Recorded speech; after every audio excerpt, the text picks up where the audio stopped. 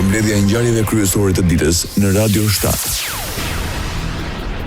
Presidenti i Këshillit Evropian Antonio Costa deklaroi se Bashkimi Evropian mbetet i përkushtuar ndaj perspektivës europiane të Maqedonisë së Veriut, duke theksuar se zgjerimi i saj është qëllimi i përbashkët dhe se ardhmja e vendit është një union. Në konferencën e përbashkët me kryeministrin Hisria Mickoski, Costa përshëndeti përpjekjet e qeverisë në zbatimin e reformave, duke vënë pa përparimin në sundimin e ligjit, reformën e administratës publike dhe harmonizimin me politikën e jashtme dhe të sigurisë së Bashkimit Evropian. Ndër të tjera i theksoi se miratimi i ndryshimeve kushtetuese të dakorduara mbetet mënyra e vetme për vazhdimin formal të procesit të antarësimit. Ai shtoi se përparimi drejt antarësimit mund të arrihet përmes dialogut konstruktiv me fqinjet, ndërtimit të besimit dhe zbatimit të reformave të nevojshme. Kryeministri i Maqedonisë së Veriut, Hisria Mickoski, kujtoi presidentit të Këshillit Evropian Antonio Costa gjatë vizitës në Shkup se vendi mbetet i përkushtuar drejt integrimit, por pret që procesi të bazohet në parime, merita dhe parashikueshmëri. Në konferencën e përbashkët, Mickoski theksoi se nuk janë në kërkim të privilegjeve, rregullave të lehtësuara dhe nuk kërkojnë asgjë më shumë se sa atë që u takon dhe të tjerëve. Kërkojmë një proces të besueshëm dhe të parashikueshëm në të cilin reformat, puna dhe detyrimet e përmbushura do të vlerësohen realisht.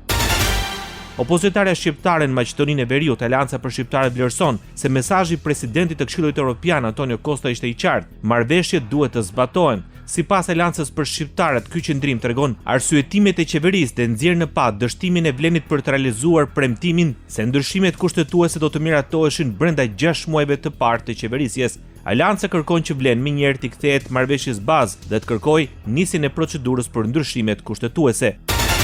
Pas Shkupit e Tiranës, edhe Prishtina do të jetë qendër protestave në mbrojtje të gjuhës shqipe në Maqedoninë e Veriut. Ne studentët e Kosovës ju ftojmë të bashkoheni protestës paqësore përpara ambasadës Maqedonisë së Veriut në Kosovë për të ngritur zërin kundër cenimit të së drejtës së përdorimit të gjuhës shqipe në provimin e jurisprudencës dhe në të gjitha provimet e tjera shtetërore në Maqedoninë e Veriut, thuhet të njoftim.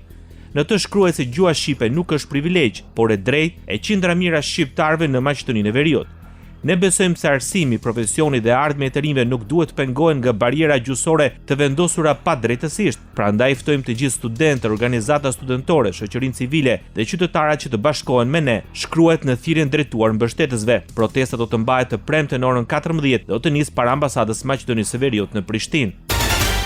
Artin Islami dhe Feuz Xhaferi morën mbështetjen e Komisionit Parlamentar për zgjedhje dhe emërime për të bërë pjesë e Këshillit Gjyqësor në Maqedoninë e Veriut. Pro tyre votuan 7 antar, asnjë vot kundër dhe asnjë abstenim për të marrë statusin e antarit të Këshillit Gjyqësor. Artin Islami dhe Feuzi Xhaferi do të duhet të marrin mbështetje edhe nga deputetët në seancën plenare. Propozimin për emërimin e tyre paraqiti deputeti Vlen Bekim Qoku. Sipas tij, profesionalizmi i dy kandidatëve do të kontribuojë në forcimin e besimit të qytetarëve ndaj Këshillit Gjyqësor. Fillon dhe në Maqedoninë e Veriut fushata ndaj mjeteve elektrike me 2 rrota si monopatina dhe motocikletat. Synimi është verifikimi i përdorimit të pajisjeve mbrojtëse, gjendjes teknike të mjeteve, të drejtës për drejtim dhe respektim të rregullave të trafikut. Ministria e Punëve të Brendshme e Maqedonisë së Veriut apelon që të gjithë pjesëmarrësit të respektojnë rregullat për të rritur sigurinë dhe për të ulur numrin e aksidenteve rrugore. Operacioni do të shtrihet deri në datën 7 qershor në kuadër të një aksioni evropian të quajtur Roadpol së bashku me 34 shtete të tjera. Rajoni. Presidenti i Këshillit Evropian Antonio Costa gjatë vizitës së tij në Prishtinë konfirmoi se Bashkimi Evropian mbështet Kosovën dhe proceset e saj eurointegruese. Në prag të zgjedhjeve ai theksoi se mesazhi i tij është që partneriteti me Bashkimin Evropian vjen me përgjegjësi dhe se integrimi evropian duhet të jetë prioritet përtej ndarjeve politike. Zyrtari i lartë evropian deklaroi se Kosova ka nevojë për institucione të forta dhe funksionale të afta për të zbatuar reformat dhe për të përmbushur detyrimet në kuadër të dialogut me Serbinë. Ushtruesi i detyrës së shefit të zyrës së Bashkimit Evropian në Kosovë, Eva Palatova, pranon se mundësia e zgjerimit të BE-s me Kosovën është reale. Përmes rrjeteve sociale ajo shkruan se vendi ka nevojë për institucione funksionale. Sipas saj, institucionet duhet të krijohen sa më shpejt që të jetë e mundur. Thellohet bashkëpunimi i policisë Kosovës me atë të Shqipërisë, në shkruhet marrëveshje për organizimin e shërbimeve të përbashkëta të policimit rrugor. Synimi është përmbushje sa më efektive parametrave të sigurisë rrugore gjatë sezonit turistik 2026. Për Shqipërinë marrëveshja ofirmos nga drejtues madhor Skënder Hita. Me këtë rast drejtori i përgjithshëm i policisë Kosovës, kolonel Gazment Hoxha, i shoqëruar nga stafi i lartë, po qëndron për një vizitë zyrtare në Policinë e Shtetit të Shqipërisë. Radio 7, zëri pozitiv i qytetit. Kryeministri i Shqipërisë qëndron sërish për kraj investimeve në zonën e Sazanit dhe të Zvërnecit. Pas mbledhjes së qeverisë, kryeministri Edi Rama i komentoi protestat si një luftë hibride. Ai tha se çështjet e ambientit shfrytëzohen për shkak të ndjeshmërisë së tyre për të nxitur qëndrime kundër zhvillimit. Ky është një territor i luftës hibride që zhvillohet, organizojnë dhe nxisin dhe orkestrojnë situatat saj natyre duke përdorur në radh të parë çështjet e ambientit. Krahas asaj, Rama i krahasoi protestat të ngjashme me ato të ekstremit politik si agimi i artë në Greqi. Tek çështja e ambientit ka sensibilitet shumë të madh dhe tek çështja e ambientit ndodh pikërisht ajo gjëja që bashkohen vëllezërit e agimit të artë që orkestrohen nga ustallar si ata të agimit të artë në emër të Shqipërisë së shqiptarëve me shqiptar, vajza, djemë, të reja të rinj, me qasje atë dhe dashurie ndaj natyrës, të cilët ndjehen të lënduar. Opozita është kundër protestave për investimet në Sazan dhe Zvërnec. Kreu Partisë Demokratike ka cilësuar kritikët e këtyre projekteve si një grup hipokritësh. Në një konferencë përshtyp, Sali Berisha deklaroi se bëhet fjalë për projekte të përmasave të mëdha dhe jo investime të thjeshta. Duke ju përgjigjur shqetësimeve për dëmtimin e natyrës, Krye Demokrati siguroi se projektet nuk do të cënojnë pasurinë natyrore të zonës. Sipas tij, ndryshe nga Sazani, Zvërneci në tërësinë e tij është tokë private, zonë banueshme ku njerëzit kanë jetuar historikisht.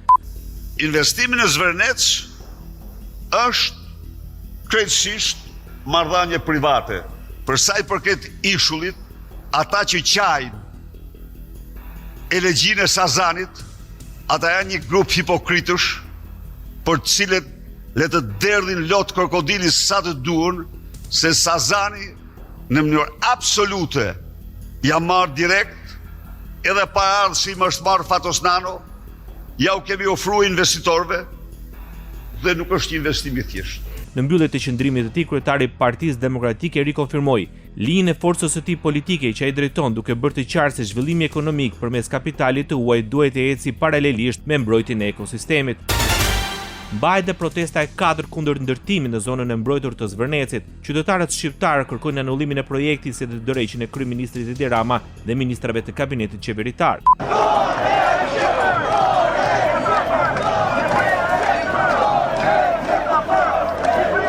Protestuesit kërkojnë anullimin e projektit të ndërtimit të Zvërnecit, duke cilësuar atë si ndërhyrje në një zonë të mbrojtur dhe duke akuzuar qeverinë për favorizim të interesave private në dëm të pronës publike.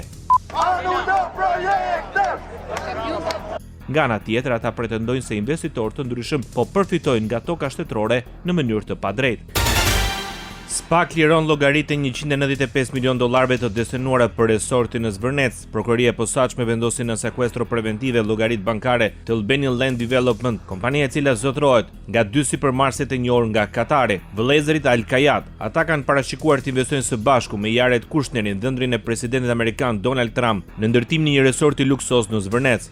Albanian Land Development rezulton të ketë vlerë sipërfaqe të tokës mbi të cilat do të realizohet projekti.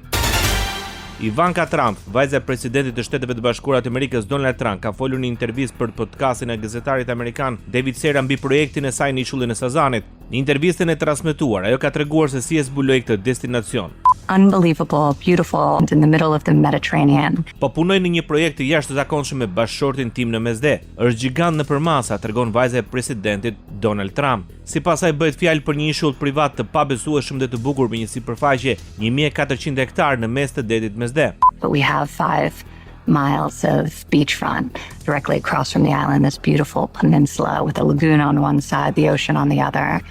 Beautiful white sand beaches. Jo vetëm që kemi ishullin, por kemi dhe 5 milje vi bregdetare përballë tij, një gadishull të mrekullueshëm me një lagun nga njëra anë dhe detin nga ana tjetër, me plazhe të bukura me rërë të bardhë, tregon në intervistën e saj Ivanka Trump. Pak ditë më parë, rrethimi i plazhit të Zvërnecit është shoqëruar me protesta nga ambientalistët dhe banorët të zonës. Kryeministri Edi Rama kërkon mbështetjen nga qytetarët për integrimin evropian. Në 35 vjetorin e Partisë Socialiste në Tiranë, Rama paralajmëroi se jo të gjithë aktorët politik brenda dhe jashtë vendit e mbështesin anëtarësimin e Shqipërisë në BE. Çdo gjë që nuk shkon me këtë betejë, sado e vogël, është një gjë që i shërben atyre që nuk e duan Shqipërinë në Bashkimin Evropian, dhe mos kujtoni se të gjithë e duan Shqipërinë në Bashkimin Evropian. Në çdo shtet të Europës ka forca që nuk e duan Shqipërinë në Bashkimin Evropian, në çdo shtet. Këtu në Shqipëri ka forca që punojnë kundër Shqipërisë në Bashkimin Evropian.